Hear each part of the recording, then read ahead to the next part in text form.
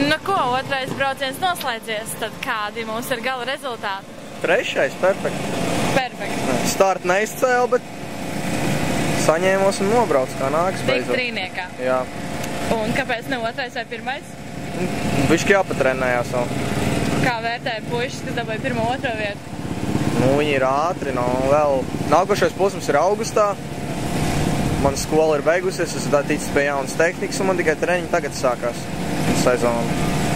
Kādi bija grūtākie posmi šajā trasē? Tur, kur nolaistījā, kā viņi tie čekiņi. Alus viņiem vienā rokā viņi laist tikai. Tad, nu, tās vietas bija tādas. Pārējā trasa bija forša, kur nebija laistīts. Sacensībās viss izstāsta ļoti skaisti. Kā ir patiesībā, kāda ir tava ikdiena, cik bieži tu trenējies, kā tas viss notiek? Nu, pēdējās 2 nedēļas, pateicoties Skandavai Sumatai, es trenējos, nu es skrūvēju savu mocu. Un uzreiz rezultātu sāku uzlaboties.